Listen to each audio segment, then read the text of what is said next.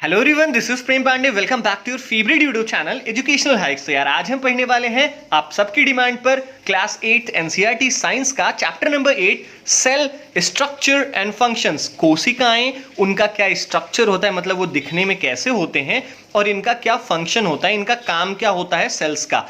आगे बढ़ने से पहले अगर आप नए हो हमारे चैनल पर यार, तो चैनल को सब्सक्राइब करो एंड बेल आइकन को भी प्रेस कर देना ताकि हमारी वीडियोस की नोटिफिकेशन सबसे पहले आपको मिले। वन थिंग मोर यार, इसके पहले के जितने भी चैप्टर्स हैं, chapter number 1 to chapter number 7 का line by line Hindi explanation मैंने ऑलरेडी अपलोड कर दिया है एंड वो टॉप पर भी हैं वीडियोस। अगर आपने उन वीडियोस को नहीं देखा तो सिंपली इसी वीडियो के नीचे आपको डिस्क्रिप्शन बॉक्स में उन वीडियोस की लिंक मिल जाएगी, जाके देख सकते हो। चलिए ये चैप्टर स्टार्ट करते हैं, cell structure and functions. You have already learned that things around us are either living or non-living। तुमने ये ऑलरेडी सीखा है कि जो चीजें हमारे अगल बगल होती हैं वो या तो जीवित हैं या तो वो नॉन लिविंग है, मतलब या तो वो जिंदा है या तो वो नॉन लिविंग है, जिनमें जान नहीं होती है। Further you may recall that all living organisms carry out certain basic functions. आगे तुम्हें यह भी याद होगा कि जितने भी लिविंग ऑर्गेनिजम्स होते हैं वो कुछ बेसिक फंक्शंस कैरी आउट करते हैं, मतलब वो कोई ना कोई काम जरूर करते हैं। जो लिविंग ऑर्गेनिजम्स होते हैं उनकी पहचान ही होती है कि ये कोई ना कोई फंक्शन करते ही हैं। Can you list these functions? क्या तुम इन कामों के लिस्ट बना सकते हो कि जो लिविंग ऑर्गेनिज्म होता है वो कौन कौन सा काम करता है? हाँ, बहुत सारे हो गए। जैसे लिविंग ऑर्गेनिजम्स ग्रो करता है, लिविंग ऑर्गेनिज्म रिप्रोड्यूस करता है, बच्चे पैदा करता है, वो खाने को डाइजेस्ट करता है, वो मूव करता है, वो सांस लेता है, रिस्पायरेशन जिसे हम कहते हैं। तो बहुत सारे फंक्शंस होते हैं जो लिविंग ऑर्गेनिजम्स करते ही करते हैं। Different sets of organs perform the various functions you have listed. अब इन सारे काम को करने के लिए ना अलग अलग ऑर्गन्स हैं हमारी शरीर में। जैसे हमारे जो लंग्स हैं वो सांस लेने के लिए होते हैं, ठीक है, और हमारा जो माउथ है वो खाने के लिए होता है, जो हमारा स्टोमक है वो डाइजेस्ट करने के लिए होता है फूड। तो अलग अलग ऑर्गन्स का अलग अलग काम होता है।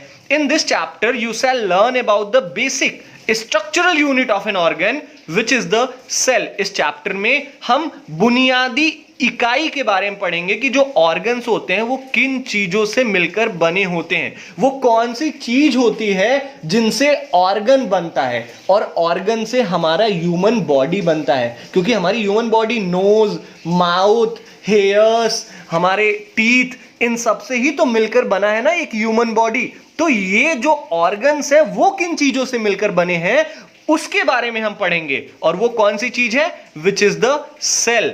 कोशिकाओं से मिलकर बना है एक ह्यूमन बॉडी, या किसी भी लिविंग ऑर्गेनिज्म की जो बॉडी होती है, चाहे वो प्लांट्स हो गया, चाहे वो एनिमल्स हो गया, चाहे वो ह्यूमंस हो गया, जो सबकी जो बुनियादी स्ट्रक्चरल यूनिट होता है, जो सबसे छोटी चीज जिनसे ये सारी ऑर्गेनिजम्स बनते हैं, उनको हम सेल कहते हैं। समझ गए ना? Cells may be compare to bricks. सेल्स को हम ईंटों से कंपेयर कर सकते हैं। कैसे? Bricks are assemble to make buildings. हम ईंटों को इकट्ठा करते हैं, हम ईंटों से एक बिल्डिंग को बनाते हैं। सिमिलरली, सेम इसी तरीके से cells are assembled to make the body of every organism. ऐसे ही हम सेल्स को इकट्ठा करके हर लिविंग ऑर्गेनिजम्स का, चाहे वो प्लांट हो, चाहे वो एनिमल हो, चाहे वो ह्यूमन हो, उसका हम एक बॉडी बनाते हैं। और ये बॉडी किससे बनता है? सेल्स से बनता है। समझ गए ना? सेल कहीं ना कहीं ईंटों का काम करता है, क्योंकि ईंट से हमारा घर बनता है, हमारी बिल्डिंग बनती है,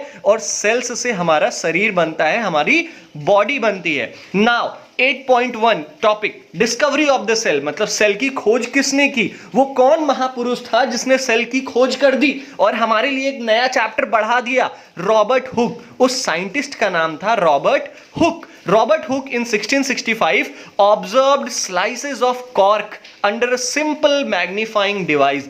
रॉबर्ट हुक नाम का एक साइंटिस्ट 1665 ईयर था। उन्होंने क्या किया? Observed slices of cork. उन्होंने कॉर्क के छोटे छोटे टुकड़ों को माइक्रोस्कोप के अंदर रखकर देखा। अब कॉर्क का मतलब क्या होता है? कॉर्क का मतलब जो पेड़ का छिलका होता है ना, बार्क जिसे हम कहते हैं, उन बार्क से मिलकर बनता है हमारा कॉर्क। और रॉबर्ट हुक ने कॉर्क का हिस्सा लिया और उसे मैग्नीफाइंग डिवाइस के नीचे रख दिया। मैग्नीफाइंग डिवाइस मतलब जो चीजें छोटी चीजों को बड़ा करके दिखाती हैं उनको हम मैग्नीफाइंग डिवाइस कहते हैं। तो रॉबर्ट हुक ने कॉर्क को, जो कॉर्क का एक हिस्सा था, उसको मैग्नीफाइंग डिवाइस के अंदर रख दिया ताकि उसे अंदर की चीजें भी दिख सकें। Cork is a part of the bark of a tree. हमने बताया आपको कि कॉर्क क्या होता है। कॉर्क एक हिस्सा होता है पेड़ के छिलके का। बार्क का मतलब आप समझ रहे हो ना, पेड़ का जो कवरिंग होता है, जो आउटर कवरिंग होता है, उसको हम बार्क कहते हैं। और बार्क का एक टुकड़ा होता है कॉर्क, और कॉर्क ही लिया था रॉबर्ट हुक ने ये स्टडी करने के लिए कि कॉर्क के अंदर क्या क्या होता है। He took thin slices of cork. Robert Hooke ने पतले पतले टुकड़े कर दिए कॉर्क के, and observe them under a microscope, और उसे माइक्रोस्कोप के अंदर रख दिया और उन्होंने रिसर्च करना चालू कर दिया।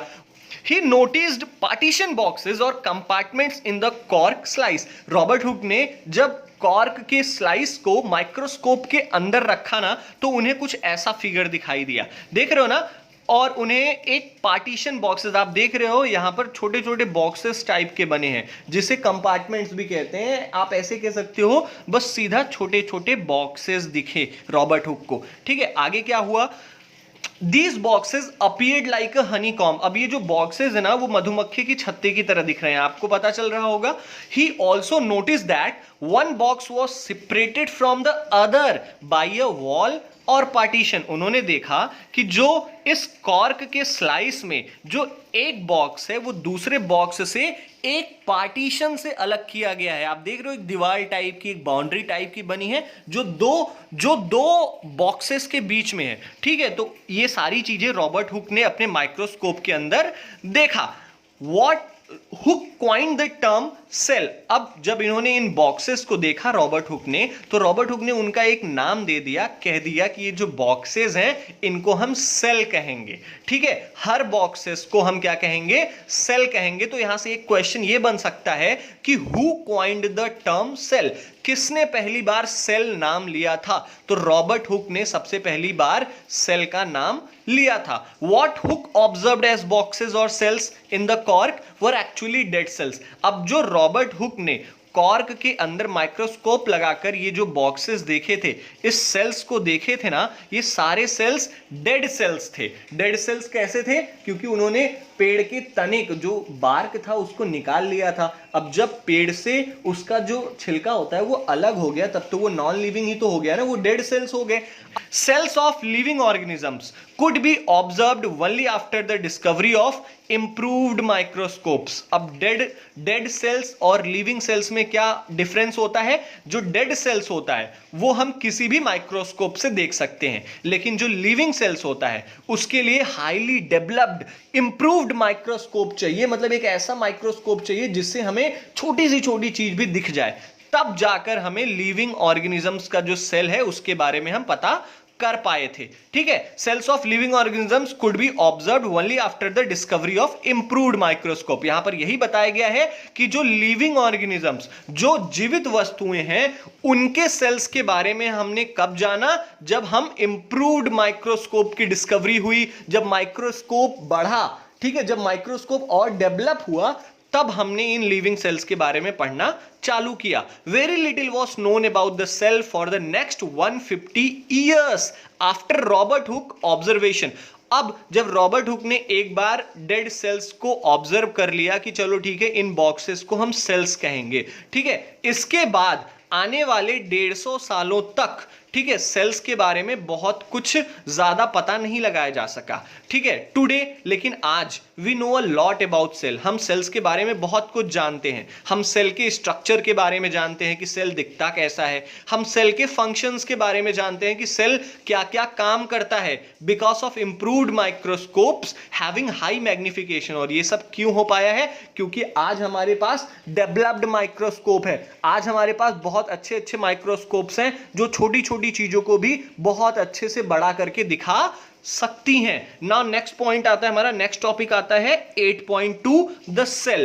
कोशिकाएं, both bricks in a building and cells in the living organisms are basic structural units. चाहे जो बिल्डिंग में ईंट लगी हो या हमारे शरीर में जो सेल्स होते हैं, इन दोनों को हम बेसिक स्ट्रक्चरल यूनिट्स कहते हैं। मतलब ये जो ब्रिक्स हैं, ये जो ईंट हैं और ये जो सेल्स हैं, ये बुनियाद हैं। इन्हीं चीजों से मिलकर हम बड़ी चीज बनाते हैं। जैसे ब्रिक्स से मिलकर हम बिल्डिंग बनाते हैं और सेल्स से मिलकर किसी इंसान का या किसी जानवर का या किसी पेड़ का पूरा बॉडी बनता है। समझ में आया? द बिल्डिंग्स दो बिल्ट ऑफ सिमिलर ब्रिक्स, जो बिल्डिंग्स होती हैं वो एक जैसे ईंट से बनाई जाती हैं, हैव डिफरेंट डिजाइंस, लेकिन उनकी डिजाइंस अलग होती हैं, उनकी शेप एंड साइजेस अलग होती हैं, उनका आकार अलग अलग होता है। Similarly in the living world, same उसी तरीके से हम जीवित दुनिया में, जो लिविंग ऑर्गेनिजम्स की जो दुनिया है ना, organisms differ from one another.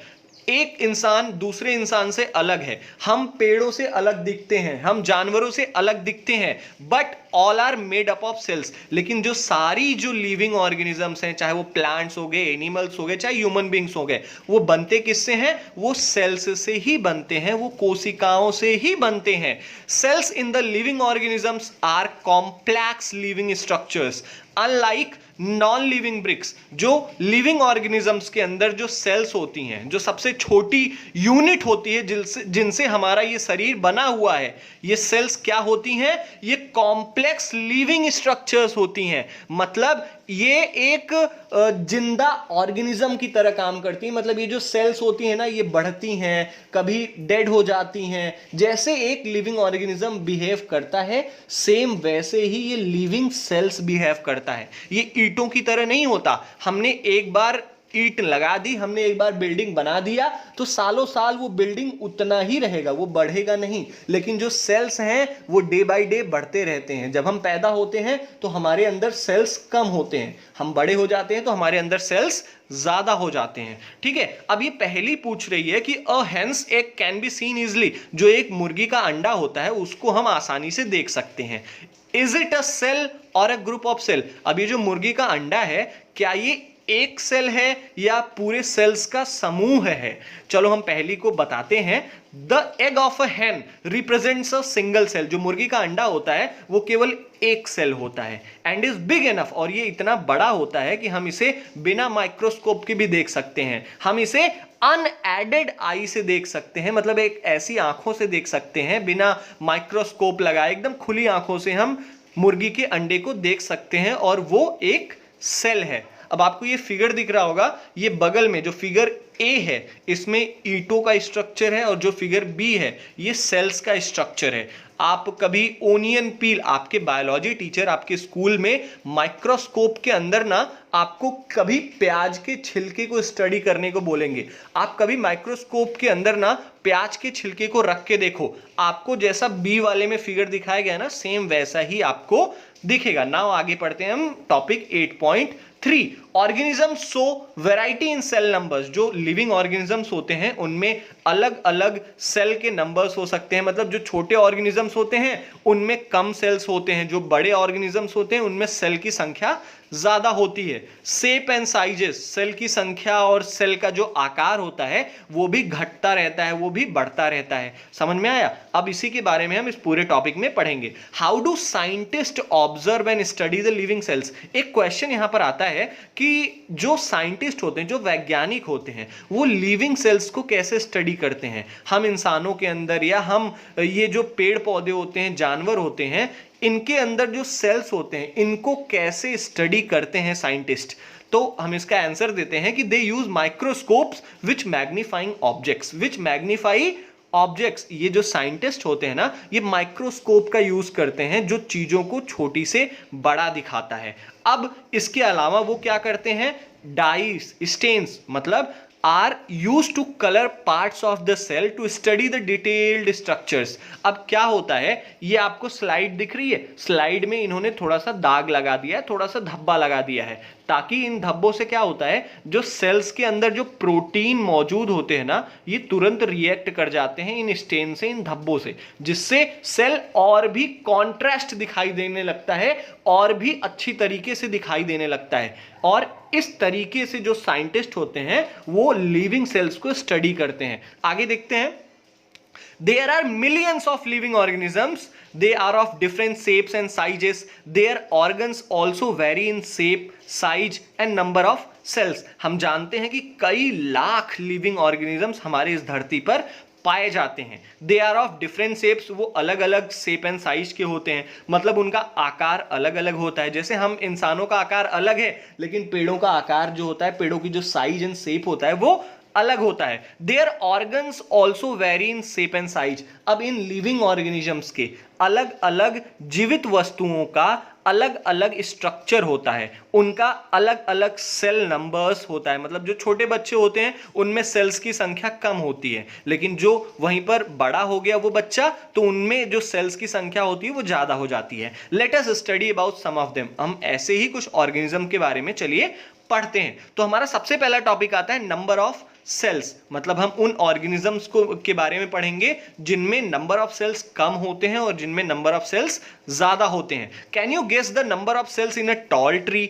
और in a huge animal like the elephant. क्या तुम पता लगा सकते हो कि एक लंबा पेड़ या एक हाथी के अंदर कितने सेल्स होते हैं? The number runs into billions and trillions. आप सोच भी नहीं सकते हैं कितने हजार करोड़ सेल्स होते हैं एक लंबे पेड़ के अंदर और एक हाथी के अंदर. अब बिलियंस एंड ट्रिलियंस क्या होता है? आप नीचे देखो.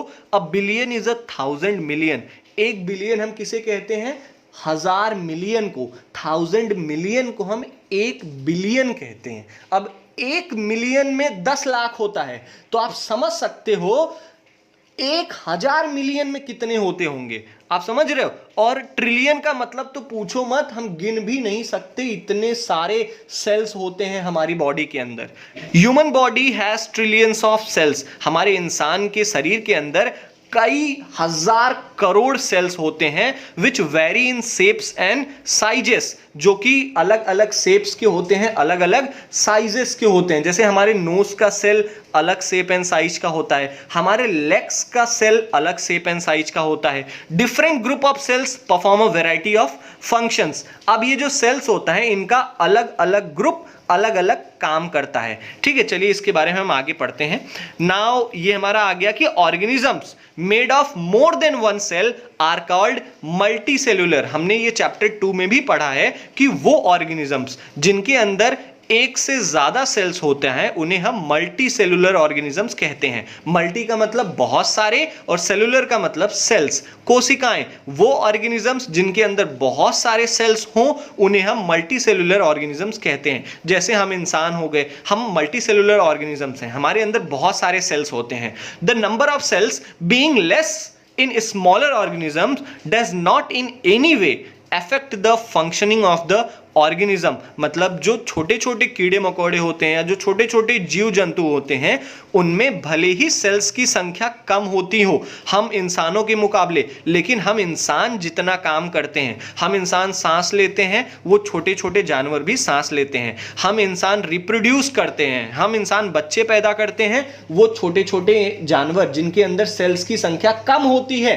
ह्यूमंस के कंपैरिजन में, वो भी बच्चे पैदा करते हैं. मतलब उनके काम पर कोई फर्क नहीं पड़ता. भले ही सेल्स की संख्या कम है लेकिन कोई फर्क नहीं पड़ता उनके काम पर. जो काम हम कर सकते हैं वो काम वो भी कर सकते हैं. आगे हम पढ़ते हैं. You will be surprise to know that. तुम्हें आश्चर्य होगा ये जानकर that an organism with billions of cells begin life as a single cell. आपको जानकर ये आश्चर्य होगा कि वो जीव या जंतु जिसके पास आज हजारों करोड़ों की संख्या में सेल्स हैं, जैसे हम इंसान, आज हमारे शरीर में बहुत सारे सेल्स हैं, इतने सेल्स हैं कि हम गिन नहीं सकते हैं. लेकिन क्या आपको पता है कि organism with billions of cells, वो ऑर्गेनिज्म जिसके पास आज हजारों करोड़ों सेल्स हैं, उसने अपनी जिंदगी का शुरुआत भी सिंगल सेल से किया था. मतलब हमारे शरीर में सबसे पहले एक सेल था, उसके बाद सेल की संख्या बढ़ती गई और जैसे जैसे सेल की संख्या बढ़ती गई हम इंसान बड़े होते गए. ठीक है, जब सेल की संख्या छोटी थी तो हमें लोग कहते थे कि तुम अभी छोटे बच्चे हो.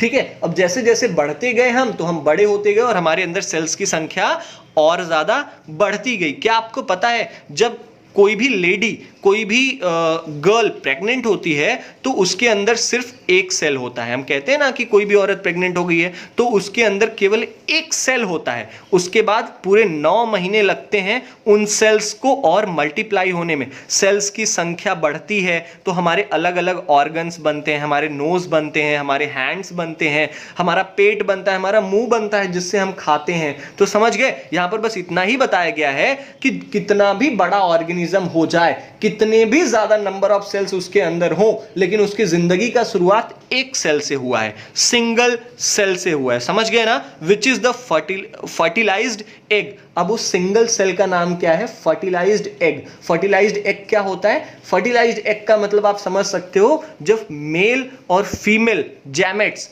एक साथ मिलते हैं तो हम उसको कहते हैं कि फर्टिलाइज्ड एग। मतलब कि अब लेडी प्रेग्नेंट हो गई है, अब ये जो एग है, ये जो सेल है, अब ये डिवाइड होगा।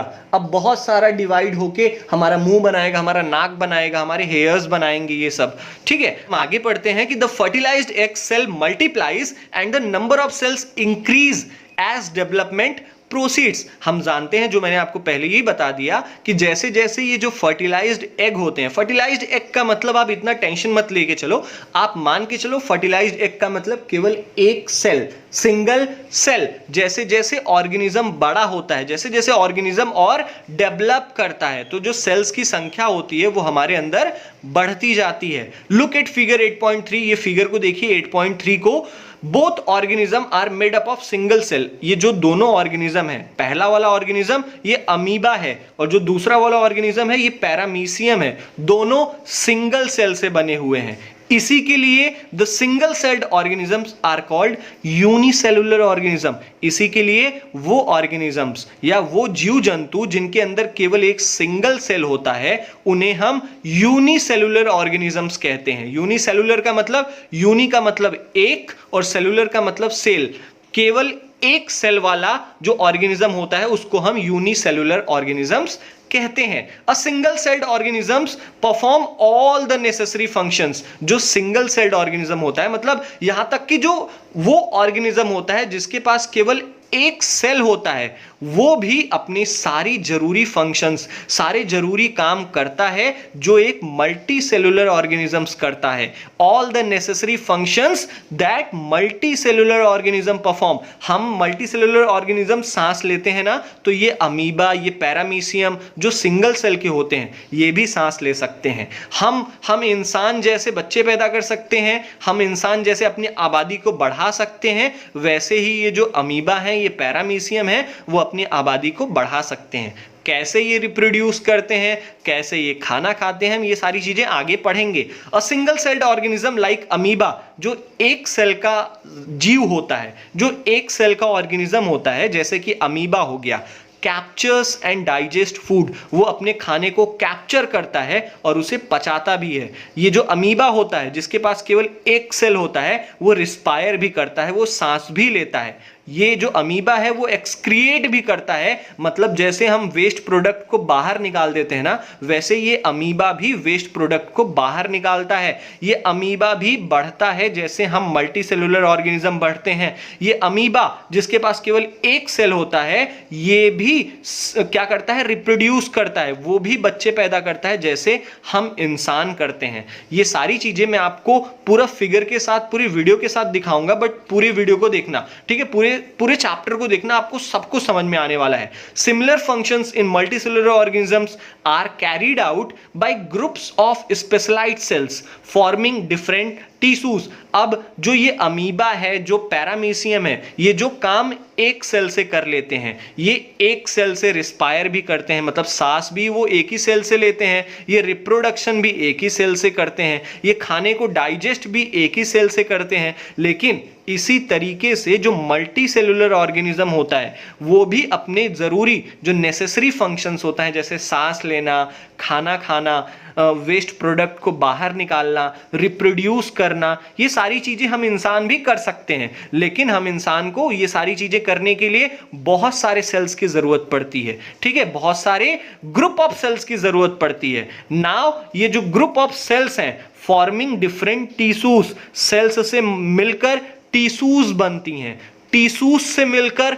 ऑर्गन बनता है, हमारा अंग बनता है, और अंगों से मिलकर हमारा एक शरीर बनता है। ओके, तो आगे की जितनी भी चीजें हैं, शेप ऑफ सेल्स और नंबर ऑफ सेल्स तो हमने पढ़ लिया है। Shape of cells, size of cells, amoeba और पैरामीशियम जिसके बारे में हमने पढ़ा, वो कैसे खाने को डाइजेस्ट करते हैं, ये सारी चीजें हम वीडियो से ही दिखाएंगे बट अपने नेक्स्ट पार्ट में। तब तक बने रहिए हमारे चैनल के साथ, वीडियो को ज्यादा से ज्यादा शेयर करिए। मिलते हैं अपने अगले वीडियो में, तब तक के लिए जय